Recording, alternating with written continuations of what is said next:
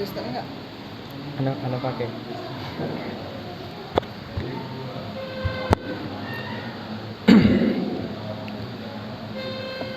Bismillahirrahmanirrahim. Assalamualaikum warahmatullahi wabarakatuh. Alhamdulillahi ala ihsanih wa syukru lahu ala taufiqi wa amtinanih.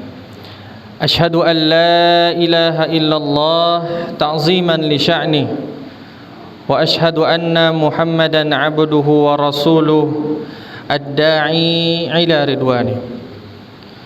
Bapak Ibu jamaah musalla hasbunallah yang dirahmati Allah Subhanahu wa taala, tidak ada kata yang pantas terucap dari lisan kita melainkan ucapan syukur kepada Allah.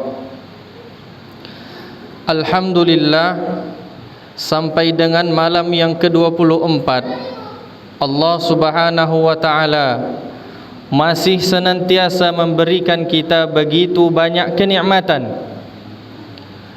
Dan di antara kenikmatan yang jarang sekali kita syukuri, sering kita lalaikan dan bahkan kita lupakan, yaitu nikmat kesehatan. Alhamdulillah, sampai dengan malam yang ke-24 ini Allah Subhanahu wa taala masih memberikan kita kesehatan tanpa dikurangi sesuatu apapun. Bapak Ibu hadirin yang berbahagia, salawat dan taslim senantiasa terucapkan kepada baginda kita Muhammad sallallahu alaihi wasallam, Nabi yang terakhir, khatamul anbiya. Tidak ada lagi nabi setelah beliau. Nabi yang lisannya senantiasa berucap atas dasar wahyu. Wa ma yantiku 'anil hawa. Dia tidak pernah berucap karena hawa nafsunya. In huwa illa wahyu yuha, melainkan karena wahyu yang diberikan kepadanya. Nabi yang insyaallah akan memberikan kita syafaatnya, di mana hari itu tidak ada yang mampu menolong kita. Yauma la yanfa'ul malu wala banun. Tidak berguna lagi harta, anak-anak pun tidak ada gunanya lagi. Siapa yang mampu menolong? Muhammad sallallahu alaihi wasallam. Bapak Ibu yang dirahmati Allah, sesuai dengan judul yang diamanahkan pada malam ini, bulan Ramadan bulannya berbagi. Benar saja bahwa memang bulan Ramadan adalah momentum yang amat sangat tepat untuk berbagi. Di dalam hadis Al-Bukhari dikatakan, kana Rasulullah sallallahu alaihi wasallam ajwadun nas. Rasulullah sallallahu alaihi wasallam adalah orang yang paling dermawan. Wa kana ajwadu ma yakunu fi Ramadan, dan puncak kedermawanannya itu ada di bulan Ramadan.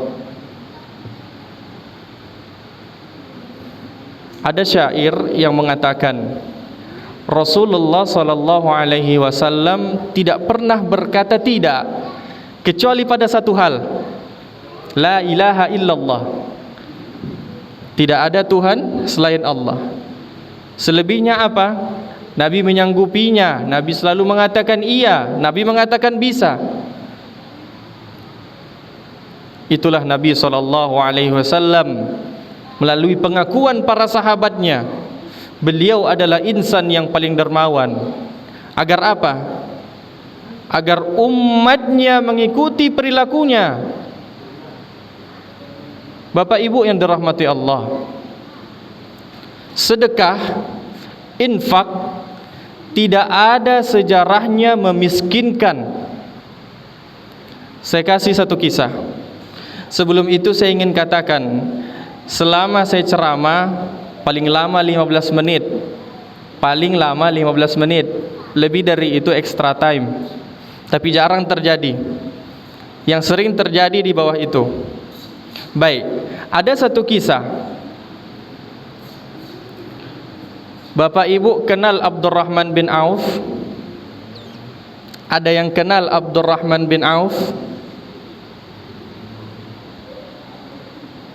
Abdurrahman bin Auf adalah sahabat Nabi yang dijanjikan masuk surga. Di antara 10 sahabat Nabi dijanjikan masuk surga, ada beliau. 10 sahabat Nabi yang dijanjikan masuk surga, ada Abdurrahman bin Auf. Apa yang terkenal dari beliau? Hartanya, kekayaannya. Seantero sejazirah Arab tahu Abdurrahman bin Auf ini pedagang yang tajir, kaya luar biasa. Sampai-sampai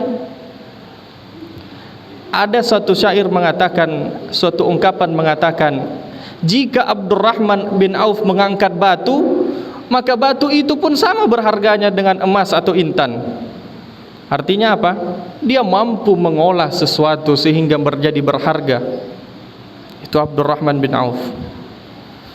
Suatu ketika dia mendengar Nabi SAW mengatakan, ya Abdurrahman, engkau adalah manusia yang paling tajir di Madinah, dan engkau adalah sahabatku yang dijamin masuk surga. Tapi aku melihatmu masuk surga dalam keadaan merangkak, tidak seperti sahabat-sahabat yang lain, dikarenakan hartamu membuat hisabmu lama. Apa yang terjadi? Menggigil Abdurrahman bin Auf ini. Ternyata berat punya harta yang banyak, susah masuk surga punya harta yang banyak itu. Beberapa hari berikutnya apa yang dilakukan? Ternyata beberapa hari berikutnya itu ada perang Tabuk. Tabuk ini lokasinya cukup jauh dari Madinah. Kejadiannya adalah sebelum sahabat pergi keluar dari kota Madinah ingin berjihad perang Tabuk, kondisi kota Madinah ketika itu hampir panen kurma. Seluruh Madinah, perkebunan kurma di Madinah hampir panen. Tabuk lokasinya jauh. Perang memakan waktu yang lama. Kalau kurma ini kita panen sebelum perang, kurang juga harganya karena masih kurma muda. Nah, di situ diuji keimanan para sahabat. Berangkatlah dia berperang. Mereka semua berangkat berperang. Pulang dari perang Tabuk, ternyata kurma itu sudah menua. Beberapa di antaranya busuk. Abdurrahman bin Auf kemudian berpikir, ini kesempatan saya untuk menghabiskan seluruh harta saya. Apa katanya?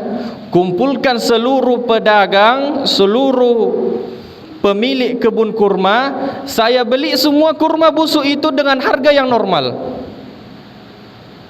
Saya ulangi, Abdurrahman bin Auf ingin menghabiskan hartanya dengan membeli semua kurma busuk dengan harga yang normal. Ya. Ini cara Abdurrahman bin Auf supaya menghabiskan harta. Jadi terkumpullah semua kurma busuk itu di kediaman Abdurrahman bin Auf. Apa yang terjadi Bapak Ibu yang dirahmati Allah Subhanahu wa taala? Ada utusan dari Yaman. Ternyata di negara Yaman ketika itu ada penyakit, wabah seperti kita saat ini. Saat ini ada wabah. Seantero negeri ada wabah. Dulu di Yaman ada wabah. Maka diutuslah salah seorang untuk datang ke kota Madinah oleh pemimpin Yaman, menemui Rasulullah sallallahu alaihi wasallam, kemudian menceritakan, "Ya Rasulullah, di Yaman ada wabah dan tidak ditemukan obat dari wabah ini melainkan kurma busuk." Perhatikan. Di Yaman sedang ada wabah dan tidak ditemukan penawar atau obat dari wabah ini melainkan kurma busuk. Apa kata Rasulullah? Temui Abdurrahman bin Auf, dia punya semuanya. Apa yang terjadi Bapak Ibu yang dirahmati Allah? Utusan ini kemudian datang kepada Abdurrahman bin Auf, membeli lagi seluruh kurma busuk itu dengan harga 10 kali lipat. Masya Allah, Abdurrahman bin Auf jadi orang kaya lagi. Sedekah, infak tidak akan memiskinkan sama sekali. Bapak Ibu yang dirahmati Allah Subhanahu wa taala, Ramadan adalah bulan momentum yang tepat bagi kita untuk menguatkan hati, menajamkan, meruncingkan hati kita bahwasanya sedekah adalah momentum yang luar biasa bagi kita. Berbagi sesama umat muslim. Sampai-sampai mudahnya bersedekah di bulan Ramadan. Kata Nabi SAW, barang siapa yang memberikan buka puasa kepada saudaranya, maka pahalanya adalah sama seperti orang yang berbuka tersebut tanpa dikurangi sedikit pun. Begitu mudah. Beri air saudara kita, dia minum air ini pada saat berbuka puasa, kita dapat pahalanya. Sedekah adalah momentum, Ramadan adalah momentum yang sangat sempurna untuk bersedekah. Kisah terakhir sebelum ditutup, suatu ketika Amirul Mukminin di akhir masa jabatannya, Umar ibn al-Khattab. Siapa yang tidak kenal Umar ibn al-Khattab? Badannya gagah, kekar, ditakuti oleh orang-orang kafir. Bahkan terompanya saja ketika ada orang yang kesurupan, maka cukup dibawakan terompanya, setan keluar dari orang itu. Siapa yang tidak kenal dengan Umar bin Khattab? Suatu ketika di akhir masa jabatannya, di bulan Ramadan, dia suruh sekretarisnya untuk menyebarkan informasi di seluruh kota Madinah. Sebarkan bahwasanya hari ini saya akan mengadakan buka bersama di rumah saya. Suruh seluruh penduduk Madinah datang ke rumah saya. Penduduk Madinah mendengar ini tentu sangat takjub. Yang mengundang kita ini Amirul Mukminin, rajanya orang Islam ini. Paling tidak gulai kambing ada nih. Paling tidak unta ada nih. Datanglah penduduk Madinah ke kediaman Umar bin Khattab. Apa yang terjadi? Menjelang waktu berbuka puasa, dibagikanlah gelas-gelas kepada seluruh penduduk Madinah yang sudah berkumpul di kediamannya. Kemudian tiba waktu berbuka puasa, maka mereka minum dari air itu. Penduduk Madinah berpikir, ini mungkin hidangan pertama, kita minum aja dulu. Kita minum dulu, alhamdulillah. Sebentar lagi kambingnya keluar nih. Apa yang terjadi? Setelah selesai sholat maghrib ternyata tidak ada makanan. Mulailah salah satu seorang dari mereka mengatakan, hebatnya Umar mengambil seluruh pahala puasa orang Madinah. Satu kota Madinah itu diambil pahalanya semua oleh Umar.